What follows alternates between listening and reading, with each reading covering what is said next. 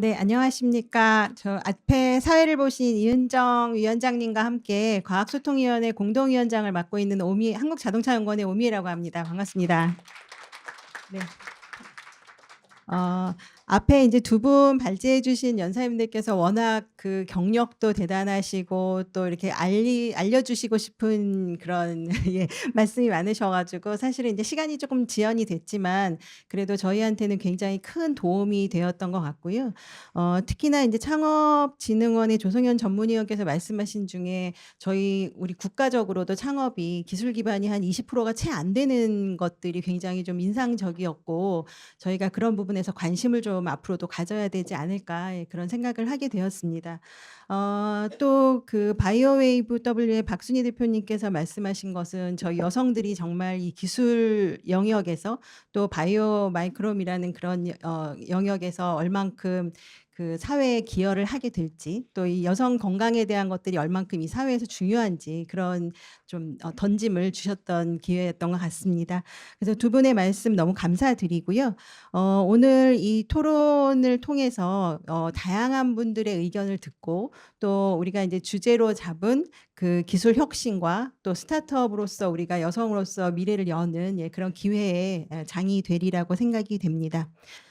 오늘 토론 및 질의응답 시간에는 앞에 말씀 소개 간단히 좀 주셨지만 바이오 제약 분야 전문 변리사이시면서 초기 창업 기업들이 실제로 기술이 얼마나 중요하고 그 기술을 어떻게 권리를 갖고 보호를 받아야 되는지 뭐 이런 것들에 대해서 좀 말씀을 해주시는 특허법인 선정의 류종우 대표 변리사님을 모셨고요.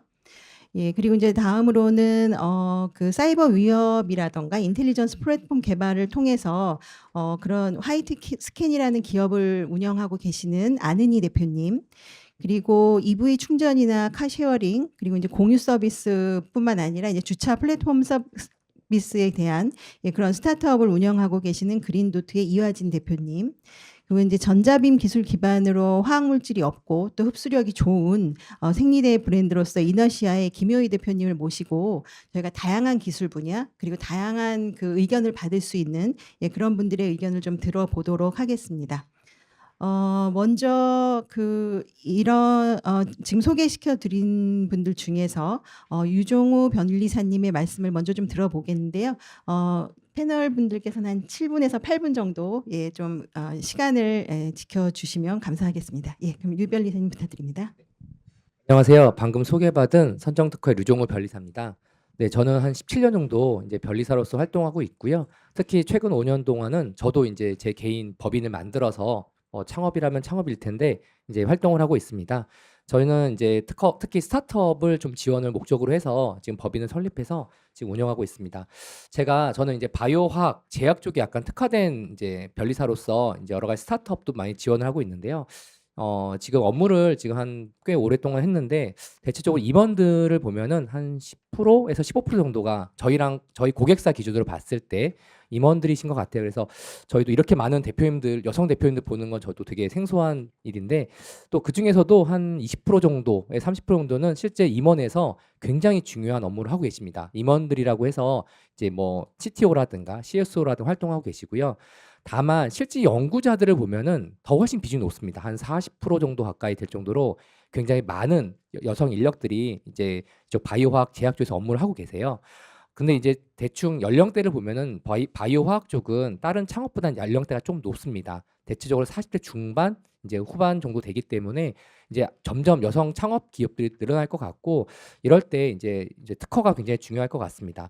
뭐 사업의 성공이라는 건 말하기가 좀 어렵긴 하지만 제가 이제 느끼는 사업 성공이라고 하면 뭐 바이오화학 쪽에서는 기술 이전을 했다거나 매출을 꾸준히 난다거나 또 여러 가지 좋은 이벤트들이 있을 때 그들의 이제 대표자들의 공통적인 특징들이 있습니다. 물론 제가 변리사라서 그런 것도 있지만 쭉 봤을 때는 특허에 대한 인도가 상당히 높습니다. 거의 전문가 뺨치게 진짜 많은 이해도를 가지고 계세요. 그래서 이제 여성분들이든 남성분들이든 뭐 과학기술이라든가 특허엔 차별이 없지만 여성분들이 조금 더 사업적으로 좀 더 활동을 많이 하시게 된다면 이제 이런 특허에 대한 지식에 대한 이해도가 높으면 좀 도움이 되지 않을까 싶습니다. 간단하게 논의를 좀 얘기를 하자면 특허는 다 아시겠지만 지식재산권입니다. 그래서 이제 건물과 같은 굉장히 굉장히 중요한 재산권인데 차이점이 있다면 자기 기술을 공개한 대가로 받습니다. 그래서 이제 여러 가지 특허는 굉장히 복잡하지만 언제 출원하고 어떻게 하는지 굉장히 중요한 일입니다. 그래서 일반적으로 저희가 좀 나중에 토니 씨가 논의하겠지만 저희가 개발한 것들을 단순하게 출원했다라기보다는 과거에 특히 바이오화학 제약 쪽에서는 3년에서 5년 정도 굉장히 많은 자금을 투여한 걸 가지고 출원을 하는데 실제적으로 제품화되는 거는 5년, 10년 뒤입니다. 왜냐하면 임상이라든가 여러 가지 거치기 때문에. 그래서 과거의 기술을 개발된 걸 가지고 미래의 기술을 개발하기 때문에 제품을 보호받는 거기 때문에 좀 어려운 점이 있어서 실제적으로 그 사업하시다가 궁금하신 점이나 있으면 같이 논의하면 좋은 자료가 될 것 같고요. 이런 걸 기반으로 해서 사업을 하실 때 조금 더 좋은 성과가 있을 거라고 믿어 의심치 않습니다. 감사합니다. 네, 감사합니다. 그 여성 연구자 비율이 높지만 사실은 CEO라든가 임원 비율이 굉장히 좀 아직까지는 저조한 그런 분야라고 좀 말씀을 주셨고요. 또 하나는 이런 기술이 특허를 공개하거나 아니면 제품으로서의 완성도의 시점 이런 것들을 적시적소에 좀 생각을 하셔야 되는 그런 것들이 성공의 요소라고 좀 말씀을 해주신 것 같습니다. 그다음은 화이트스캔의 안은희 대표님께서 기술적인 면이라든가 또 창업인으로서의 어려움 아니면 도전 뭐 이런 것들에 대해서 좀 말씀을 해주시겠습니다. 부탁드립니다. 네, 저는 화이트스캔의 안은희 대표입니다. 화이트스캔은 이제 이름만 들으시면 이게 화이트라는 색깔이 이렇게 들어가 있는데 그 이유가 화이트 해커가 데이터를 스캐닝한다라는 의미에서 지었고 저는 국가에서 양성한 예전에 미래부고 지금은 과기부에서 이제 교육 프레임 차세대 보안 리더를 양성하는 화이트 해커 양성 교육에서 양성된 화이트 해커 고요. 네, 그렇기 때문에 이제 저희가 가진 기술들에 대해서 사회적으로 잘 활용될 수 있도록 뭐 윤리 교육부터 시작해서 여러 가지 이런 교육 프로그램들을 좀 받았습니다. 제가 창업을 하게 된 계기는 그 차세대 리더 그 보안 리더 프로그램에서 이제 그랑프리 우승을 하게 되면서 아까도 기자님께서 저에게 어떻게 창업을 하게 됐냐 물어봐 주셨는데요.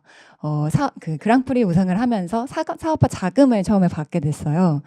그래서 이 사업화 자금을 정말 용도에 맞게 정말 의미 있게 사용을 하고 싶어서 그리고 이게 법인을 만들면 세금이 없이 상금을 주신다고 하시는 것도 있어가지고 법인부터 이제 만들고 이제 창업을 하게 됐는데 그 과정에서 정말 의미 있는 서비스를 좀 만들어야겠다 이런 생각들을 좀 하면서 창업을 좀 했습니다. 초반에는 이제 사이버 보안 쪽에서 이제 사이버 위협 인텔리전스라고 해서 사이버 위협 그 공간상에 있는 굉장히 여러 데이터들을 모아서 위험한 것들을 이제 잡아내고 그걸 플랫폼상에서 이제 모니터링할 수 있는 플랫폼들을 뭐 국방부나 이제 대검찰청 등에 이제 제공을 하는 사업을 먼저 시작을 했습니다. 그래서 처음에 이제 창업하게 된 계기는 우리가 가진 뭐 데이터나 기술들을 가지고 세상을 좀 더 안전하게 만들고 싶다 이런 생각을 좀 하면서 창업을 좀 하게 됐었습니다. 그래서 실제로 제가 군대를 다녀오진 않았지만 그래도 국가 안보에 좀 도움이 될 수 있다 이런 생각들도 하면서 굉장히 자부심 있게 업무를 하고 있으면서 근데 어느 정도 좀 시간이 지나다 보니까 우리 회사의 역량이 사이버 공간 안에서만 좀 머문다라는 생각이 좀 들었어요. 그래서 이제 사이버 공간뿐만 아니라 우리가 물리적인 공간에서도 그런 역량들이 좀 보여줄 수 있고 싶다, 이렇게 보여주고 싶다라는 생각에 따라서 이제 물리적인 공간에서도 위험에 대해서 감지하고 알람을 해주고 대응을 할 수 있고 의사결정을 도와주는 이런 플랫폼으로 조금 더 확장을 해서 서비스들을 제공을 하고 있습니다. 이 과정에서 굉장히 좀 중요했었고 성장을 하고 이제 혁신을 하는데 되게 중요했었던 포인트가 나름대로 조금 고민을 하면서 좀 생각했었던 게 첫 번째는 이제 협업과 네트워크 부분이었습니다. 협업과 네트워크 부분에 있어서 우리가 이제 시간과 이제 모든 것들이 다 제약이 있는 만큼 이제 내가 모든 것들을 다 할 수가 없고, 그리고 또 우리 회사도 모든 일들을 다 할 수 없고, 이제 다른 곳과 이제 협업을 하면서 더 시너지를 내게 되는 것들에 대한 중요성들을 점차 좀 파악을 하게 됐었는데요.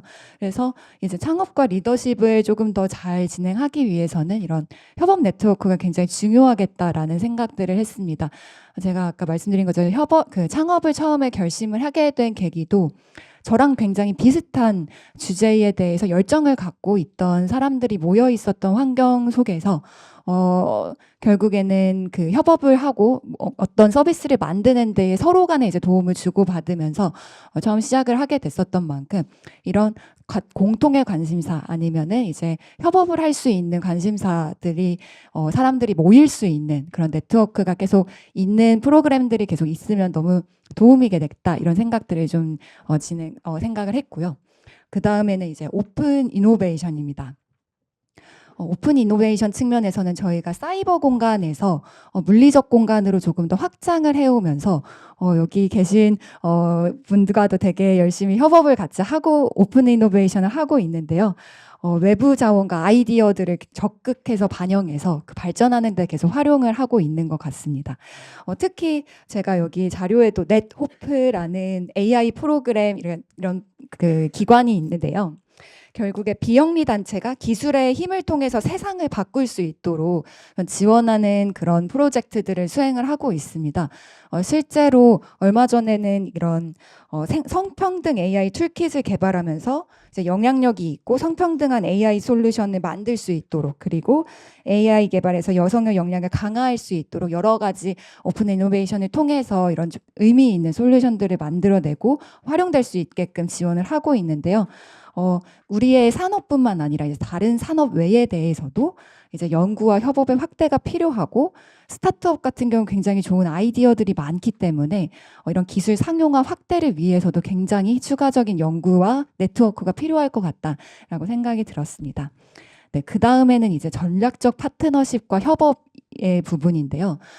저희가 지금 초격차 스타트업으로 올해 굉장히 감사하게 창업진흥원에게 지원을 받아서 여러 가지 지원 프로그램들과 이제 사업화 자금을 통해서 그동안 하지 못했었던 R&D들도 많이 추가적으로 수행을 하고 있는데, 이런 부분에 있어서도 여러 가지 교육 프로그램들이나 아니면 대기업과의 협업 프로그램들을 통해서 그리고 파트너십들을 통해서 성장할 수 있도록 지원을 해주고 있습니다. 특히 여러 가지 좀 교육 프로그램들도 굉장히 많기 때문에 이런 협업을 하고 그리고 파트너십을 하는 데 있어서도 굉장히 큰 도움을 받고 있어서 해당 부분에 대해서도 굉장히 의미 있다고 생각을 하고 있습니다. 그리고 마지막으로는 이제 사회 문제 해결 부분이 있는데요. 아까 말씀드렸다시피 저희 회사 같은 경우도 우리가 가진 재능들, 우리가 가진 AI 기술들, 우리가 갖고 있는 역량을 발휘해서 사회의 문제들을 좀 해결했으면 좋겠다, 이런 모토로 업무를 하고 있기 때문에 특히 한국 사회뿐만 아니라 세계적으로 고령화, 환경 문제, 디지털 격차들이 굉장히 복합적으로 발생을 하고 있는데요. 여성과학자들이 이제 공감에 특화되어 있는 만큼 공공과 민간이 이제 사회적 가치를 같이 창출할 수 있는 이런 프로젝트들에 대해서, 예를 들어 아까 말씀드렸던 넷호프와 같은 모델을 통해서 AI 기술을 통해 사회적 문제 해결에 적용을 하면 스타트업의 역할이 경제적인 성과를 넘어서 사회적 기여로도 확장될 수 있을 거라고 생각을 하고 있습니다.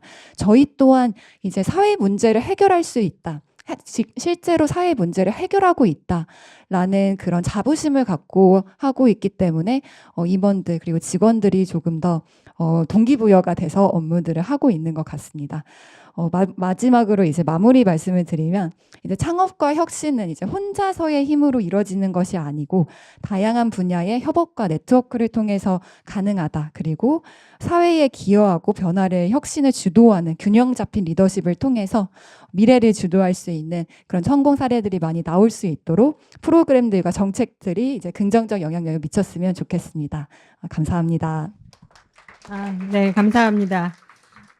최근에 정보 세대, 데이터의 교류 이런 것들 때문에 보안이라던가 사이버에 대한 그 위험성 이런 것들이 굉장히 좀 많이 부각이 되고 있는데요.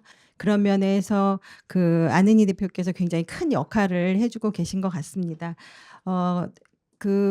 다음으로는 자동차 분야에서요. EV 충전이라든가 카쉐어링, 공유 서비스 같은 이런 분야에 스타트업을 운영하고 계시는 그린도트의 이화진 대표님께 마이크를 돌리겠습니다. 네. 안녕하세요. 저는 소개받은 것처럼 모빌리티 분야에서 지금 창업한 지 3년 차 되고 있고, 그 전에 이제 사실은 모빌리티 분야에서 2015년부터 일을 했었고, 그 전에도 이제 스타트업에서 일을 하다가 이제 제 회사 사업을 해야 되겠다 하고 이제 창업을 하게 된 케이스인데요. 어느 자리에 가나 이제 모빌리티 분야다 보니까 남자 99% 거의 그리고 여성 저 혼자 뭐 이런 식이었는데, 여기 와 보니까 되게 놀라운 광경이 펼쳐져 가지고 되게 좋고, 뭐 항상 되게 신기한 눈으로 저를 항상 보고 있었거든요. 그런 모임에 가면. 그래서 어색한 자리도 굉장히 많았는데 되게 좋다 분위기가. 일단 그거 말씀드리고 싶었고, 일단은 뭐 스타트업 다른 분야도 마찬가지겠지만 저는 제조까지 겸하고 있어요. 이제 그 주차장 가시면은 주차 장비들 있잖아요. 지금 정상기나 뭐 이런 거 차단기 다 저희가 직접 제조를 하고 있기 때문에 거기에 이제 IT 플랫폼도 개발 직접 하고 있고, 그래서 뭐 40명 정도 되지만 그중에 저희는 그래도 25% 정도가 여자 직원들이 포진이 되어 있고, 리더들도 좀 많이 있습니다. 그래서 제가 여성이기 때문에 이제 뭐 사업을 하거나 일을 할 때 어려움을 많이 알고 있고, 제가 전에 스타트업에 있을 때는 이제 아이가 초등학생인 되게 그때 이제 힘들 때였으니까 그런 것들 많이 배려를 하려고 해서 이제 여성 직원들 많이 끌어올리려고 하고 있는데, 이 과정에서 보면은 이제 여성 직원들이 본인이 의지가 없으면 이제 제가 아무리 리드를 해도 이제 중도에 탈락하는 경우들이 많기 때문에, 이런 제도들이 더 활성화되려면 여성 자체도 노력을 많이 해야 된다, 이런 생각을 많이 하고요. 음, 제가 이제 이 자료는 되게 양식이 정해져 있지 않다고 하셔가지고 그냥 짧게 썼는데, 일단은 뭐 여성 기업에 대한 여성 대표 가점이, 제가 조달 시장을 진출을 이제 내년에 하게 될 텐데 그 가점이 있긴 하더라고요. 여성 대표가 있으면 1억 정도까지는 수익 계약 뭐 이렇게 가능하다고 해서 이제 어드밴티지가 있고, 이 분야에서는 제가 뭐 거의 유일하기 때문에 그거는 많이 받을 거라고 생각은 하는데, 그게 뭐 우픈 거죠 사실은. 좋은데 슬픈 거다. 이제 경쟁이 없지만 뭐 이런 것뿐만 아니라 사실 여성 인력 많이 채용하는 거에 대한 가점, 그리고 그중에서 리더를 육성하는 데에 대한 가점들이 좀 더 있었으면 좋겠다 하는 생각이 들었고요. 좌장님께서 아까 뭐 말씀 잠깐 주셨는데, 이런 것들 되게 뭐 어렵고, 사실 여성으로서 제조업에서 같이 그것까지 하는 데 있어서 어려운 점은 뭐 말씀을 드리지 않아도 다 아실 것 같고, 또 이제 3년 차 되다 보니까 자금 조달이 이제 제일 힘든 거죠. 이게 바이오 제약 분야도 마찬가지지만 이 제조 뭐 이런 분야도 굉장히 처음에 부어야 할 돈이 많습니다. 그래서 그 자금 조달에 있어서도 뭐 네트워크 계속 강조를 해주셨지만, 이런 네트워크 통해서 이제 계속 자금 조달을 열심히 해야 되고, 또 정책 자금도 굉장히 많기 때문에 이런 것들 많이 찾아서 했으면 좋겠고, 그런 것들 많이 이제 기관들도 홍보를 많이 해주셨으면 좋겠고, 실제로 저희가 뭐 중진공이나 뭐 기보 이런 데 많이 트라이를 하는데, 그 심사 과정에서 보면은 스타트업으로서의 모델을 이제 평가를 입체적으로 못 해주시고, 제일금융권에서 하듯이 뭐 작년 매출 기준 그냥 그거잖아요.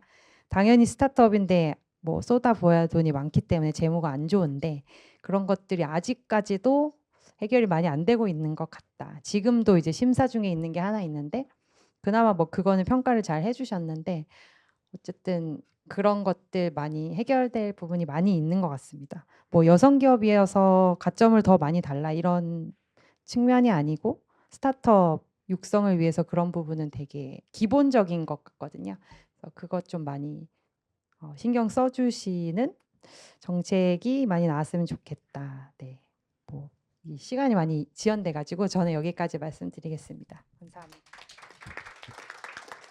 네, 감사합니다. 저희 그 여성가총에서 아까 회장님께서 길게 다 말하라고 하셨는데 예, 시간이 없기 때문에 저희 여성가총에서 굉장히 리더를 키우기 위해서 오래전부터 굉장히 좀 노력을 많이 하셨고 지금도 이 국가적으로 여성 과학기술인 리더를 키우기 위해서 굉장히 좀 노력을 많이 하는데 오늘 이화진 대표께서 말씀하신 것들이 사실은 그런 증명이 되는 시기인 것 같습니다. 여성 대표가 어떻게 이 여성 직원들을 좀 관리하고 그 이해하고 예, 성장시키느냐에 대한 말씀이 굉장히 좀 인상적이었던 것 같습니다.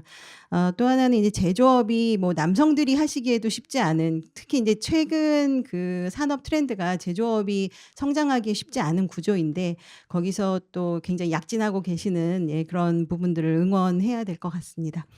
예, 다음으로는 그 전자빈 기술 기반의 화학 물질이 없는 예, 그 흡수력이 굉장히 좋은 생리대를 그 브랜드로 해서 이너시아의 김효희 대표님께서 말씀해 주시겠습니다. 네, 안녕하세요. 저는 이너시아라는 스타트업을 하고 있고 아직 보시다시피 나이가 어립니다. 그래서 저희가 24살, 제가 24살일 때 박사과정 중에 창업을 했고요. 그래서 저희 회사에는 박사 수료생만 3명입니다. 다들 논문을 못 쓰고 지금까지 회사에 이렇게 많이 묶여 있고 또 특이하게 공대를 다니던 4명의 여성 창업자들이 아직까지도 이제 회사를 운영을 하고 있는 좀 굉장히 유니크한 회사입니다. 그리고 저희가 하는 아이템 자체도 어쨌든 기술 기반이지만 결론적으로는 생리대라는 굉장히 밀접한 생활용품을 판매함으로써 기술로 생활용품의 매출을 낸다. 좀 이런 속성이 아주 특이한 회사라서 제가 경험한 바가 이제 4년 차라서 막 그렇게 길지는 않지만 그 시간 동안 그래도 되게 댄스하게 겪은 바들을 한번 공유 드리는 시간으로 생각을 하고 있습니다.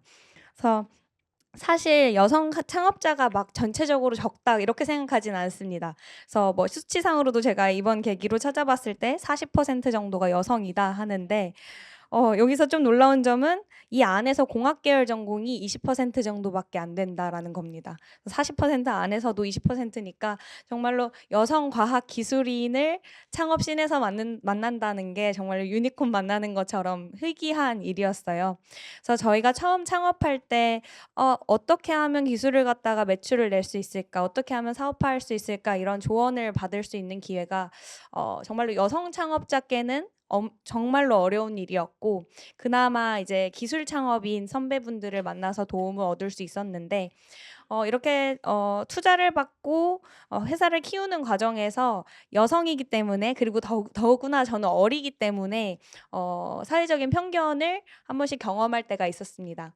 예를 들면 제가 아는 여성 창업자분은 투자사 미팅 때 결혼하셨냐? 그리고 아이 계획이 어떻게 되시냐? 그리고 아이 계획에 맞춰서 IR 펀딩을 도시는 게 어떻겠냐? 뭐 이런 이야기도 많이 듣고, 그러니까 뭐 그 걱정이 뭐 현실적으로 정말로 아이가 어떤 생활에 있어서 영향을 주니까 뭐 그 우려라고 긍정적인 우려라고 볼 수도 있지만 또 약간의 그런 부정적인 의견도 담아서 질문하시는 경우들이 많이 있고 저 또한 언제 결혼 계획이 있으시고 언제 아이 계획이 있으신지 좀 회사 마일스톤이나 좀 정렬을 하셨냐 이런 질문들을 간혹 듣기도 했습니다. 그래서 사실 지금은 저희가 회사 월 매출이 그래도 월에 한 10억 정도까지 올라와서 그래서 가서 말을 해도 저희 그래도 이제 매출도 내고 회사가 어느 정도 규모가 있습니다 이렇게 말하는 게 뒷받침이 되지만 사실 초반에 저희가 기술을 가지고 창업을 했고 이렇게 굉장히 큰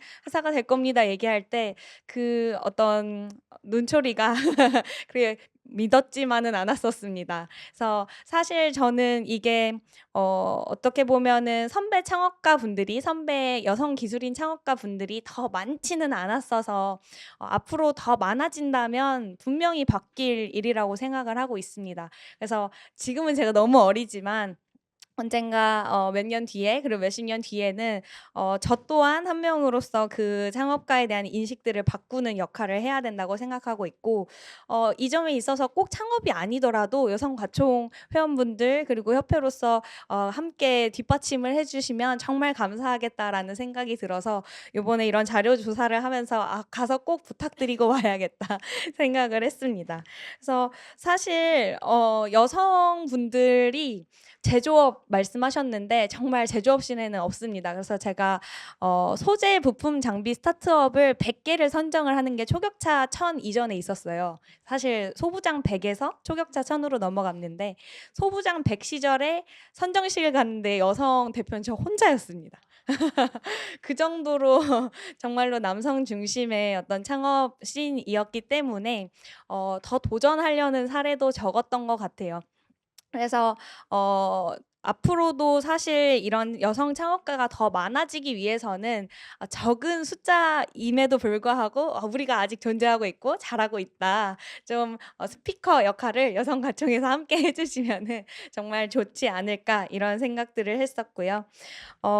또 사실 여성 창업가분들로서 이렇게 지원을 받을 수 있는 어떤 사업 자체가 많지는 않습니다. 사실 다 동일 선상 안에서 경쟁을 하는 게 옳지만 그래도 여성 창업가가 숫자적으로 열세이기 때문에 그 안에서 어떤 네트워킹을 갖고 조언을 받기가 쉽지는 않습니다. 그래서 그런 어떤 네트워킹의 기회들을 더 많이 만들어 나갈 수 있으면 좋지 않을까라는 생각을 하면서 이 이야기들을 작성을 했고요. 사실 앞으로도 저희는 기술 기반의 굉장히 여성의 삶과 가까운 물건들을 계속 출시를 할 예정입니다. 그래서 기술인이 정말로 저기에 먼 회사들을 만들고 있고 저 회사들이 뭐 하는지 모르겠어가 아니라 기술로서 우리의 삶이 되게 바뀌고 있구나 하는데 제가 티끌이나마 좀 계속 역할을 할 수 있도록 저도 많이 노력을 하도록 하겠습니다. 이상입니다. 감사합니다.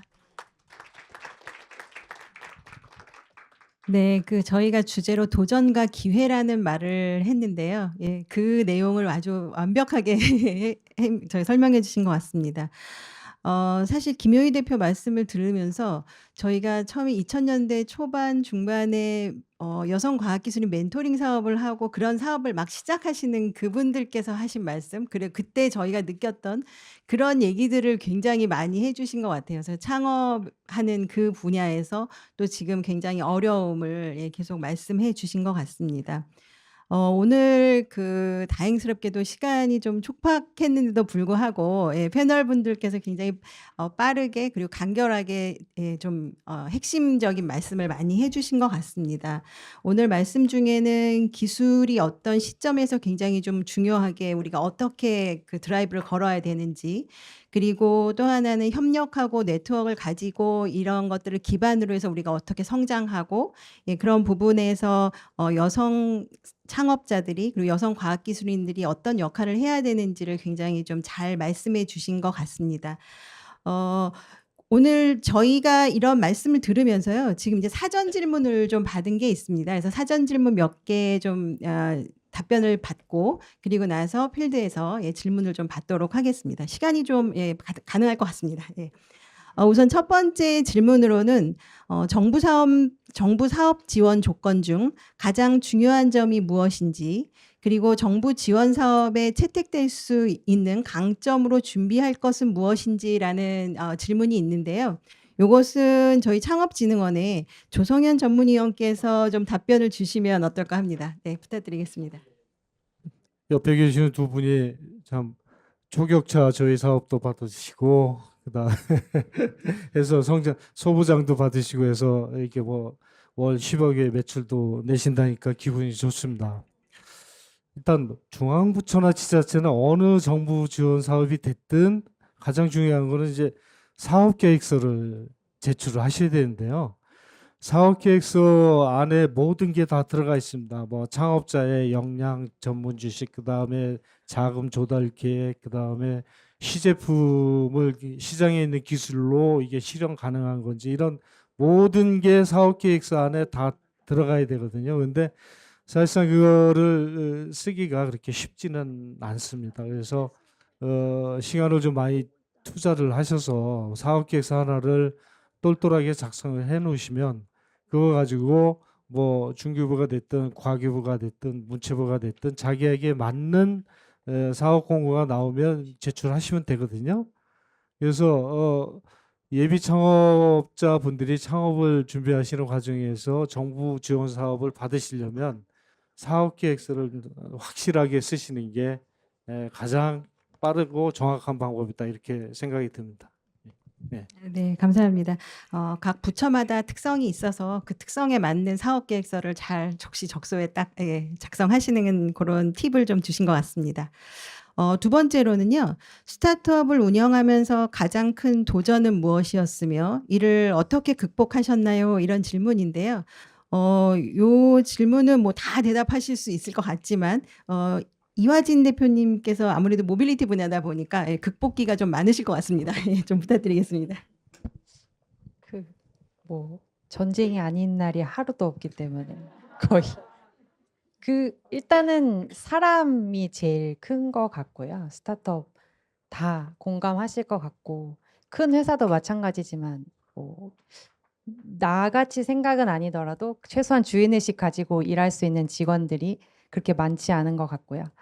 회사에서의 보상을 굉장히 많이 바라고 회사가 있어야 본인이 있는 걸 모르는 상태에서 그런 직원들이 많아서 항상 저희가 가야 할 방향과 현재 스테이터스를 계속 얘기를 하고 이제 소통하는 게 되게 중요한 것 같고 예전에 뭐 다른 선배 스타트업 대표님들 보면 한 명 한 명 나가는 거를 되게 애달파 하시더라고요. 근데 그렇게 하면 서로에게 안 좋을 것 같다는 판단을 했고 저는 이제 각자 비전을 같이 공감하고 같이 갈 수 없는 사람이면 빨리 정리하자. 뭐 이런 컨셉으로 일단은 운영을 하고 있고요.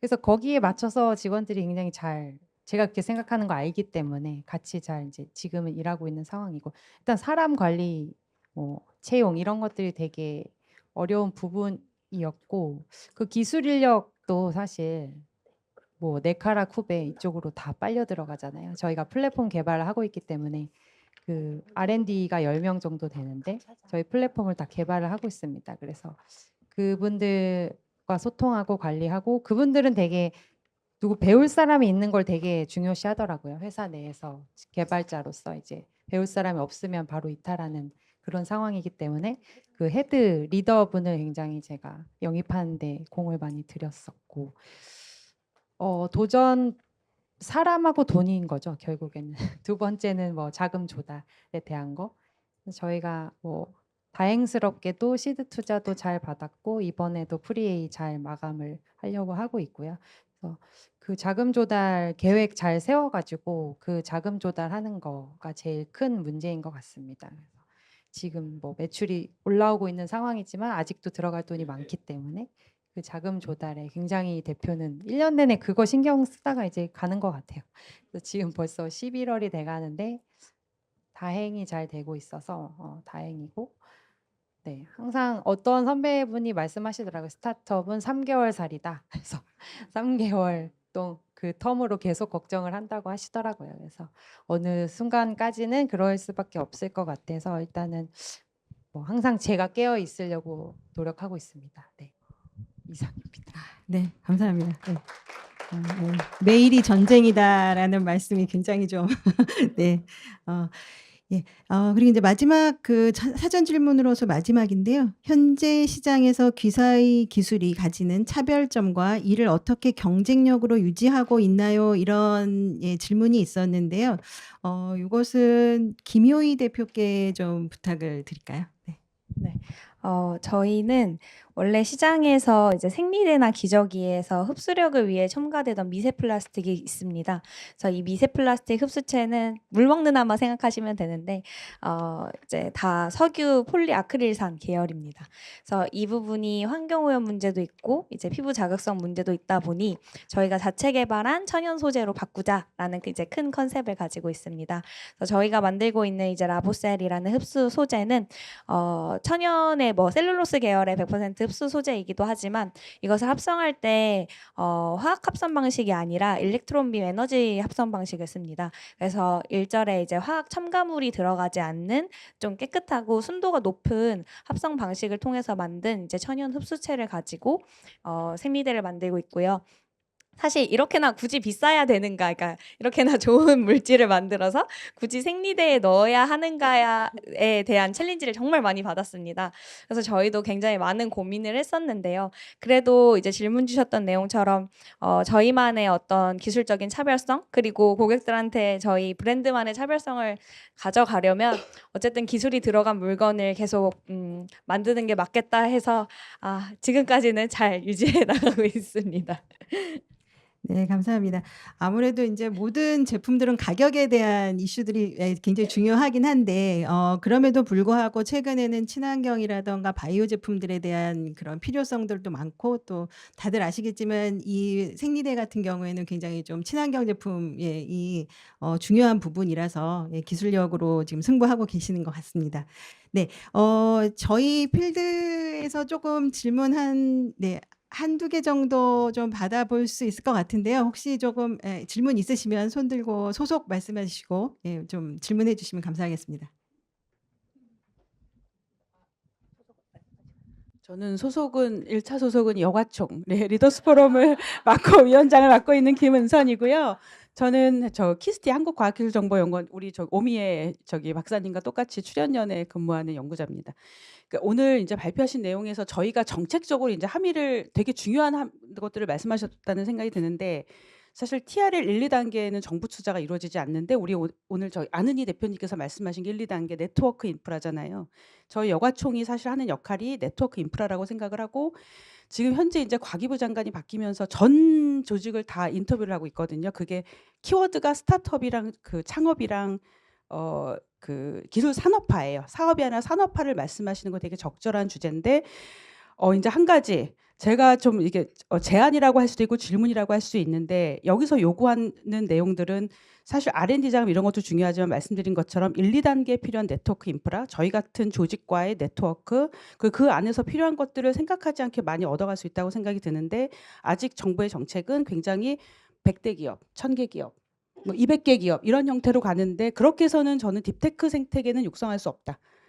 기존의 기업 수는 그렇게 늘려갈 수 있는데 혁신형 중소기업은 이 지금 여기 오신 분들이 하시는 이런 기업들은 개수를 늘리는 건 굉장히 저는 한계가 있다고 생각을 하고 예를 들어서 김효희 대표님 회사가 크면 그 주변에 동모 회사들이 많이 생기는 형태로 글로벌 딥테크 생태계가 형성이 되고 있어서 조성현 우리 전문위원님께 제언 내지는 부탁. 왜냐면 중기부, 과기부, 교육부가 다 힘을 합쳐야 되기는 한데 이 질적인 성장을 위해서 당장의 매출액에는 티가 안 나지만 어떤 형태의 사실 지원이 추가적으로 이루어져야지 이분들이 2단계, 3단계 스케일업 하는데 굉장히 저는 도움이 될 거라는 생각이 들어서 일반 기업과는 다르게 이 딥테크 기업들을 위한 전략도 좀 펼쳤으면 좋겠다. 그런 계획이 있으신지.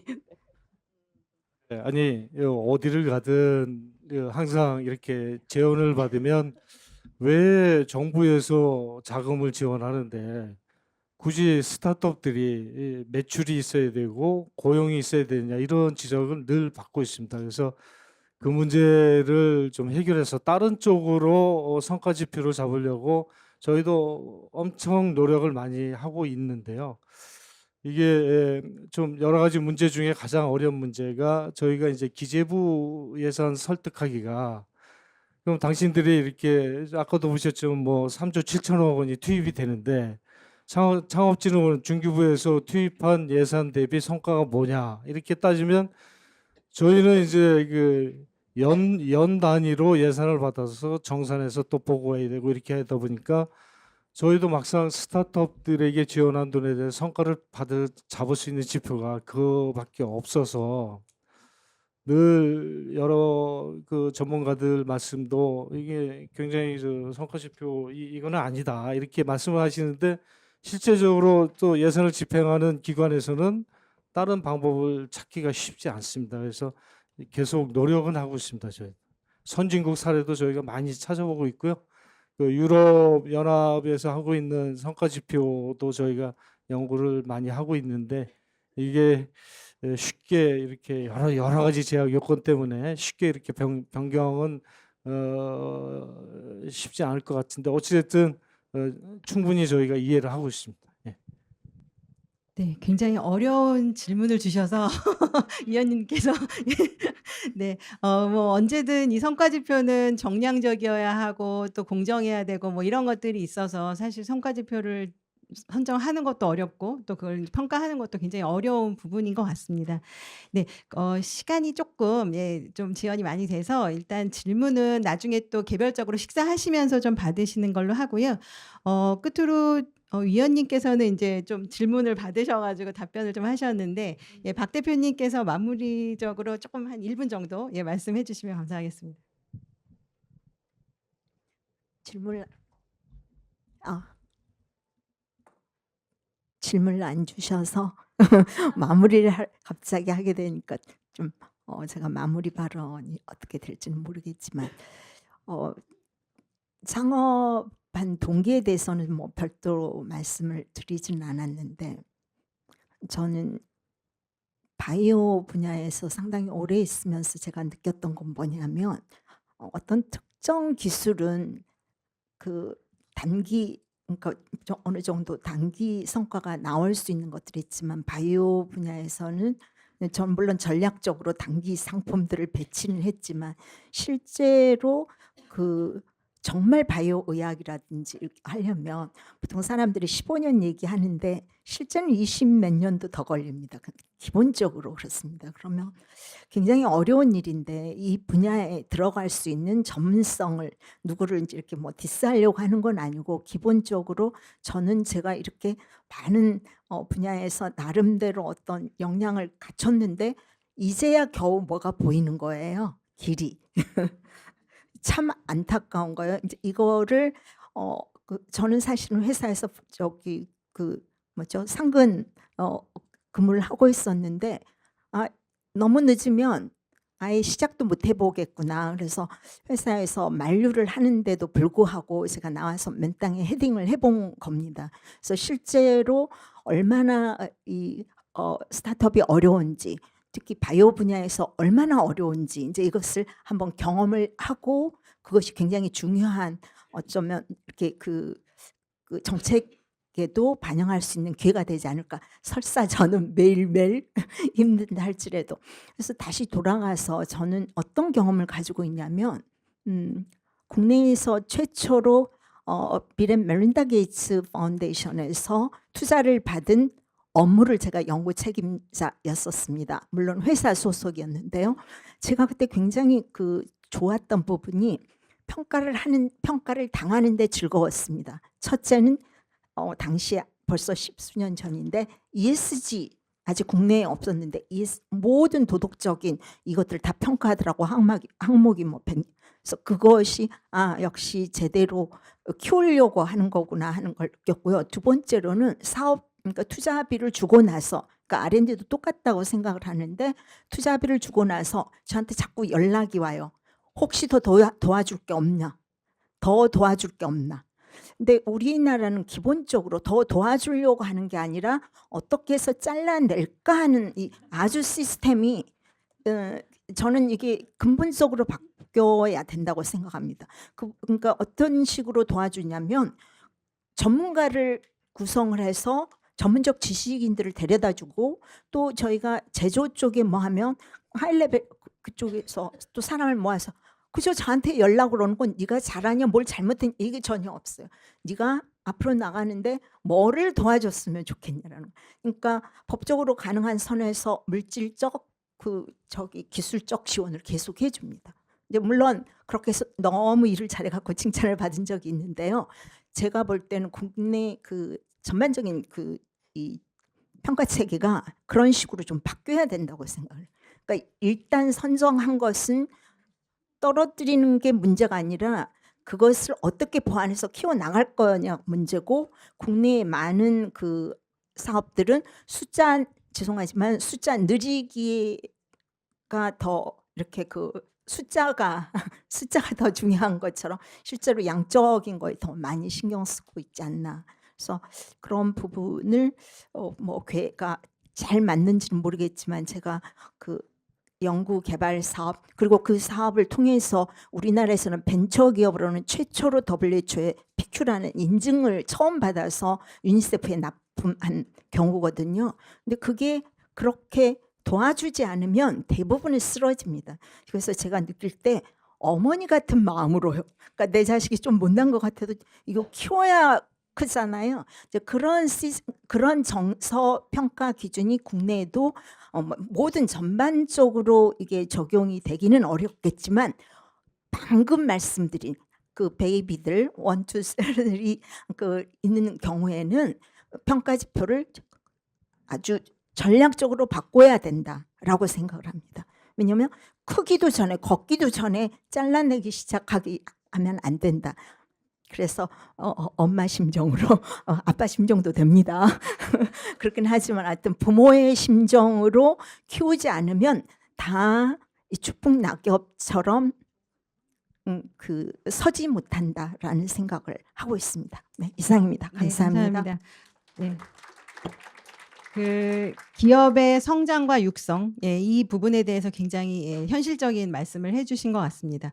앞에서 전체적으로 다 말씀하신 부분들이 저희가 이제 특화 분야를 어떻게 특화시킬 것인가, 그야말로 이 특화 분야의 프로그램을 가지고 우리가 좀 각각 분야별로 세부적으로 좀 집중해야 된다라는 그런 말씀하고, 협력과 네트워크를 통해서 그런 특성들을 잘 분석하고 또 적용해야 되는 이런 부분들에 대해서 다 동일하게 말씀해 주신 것 같습니다.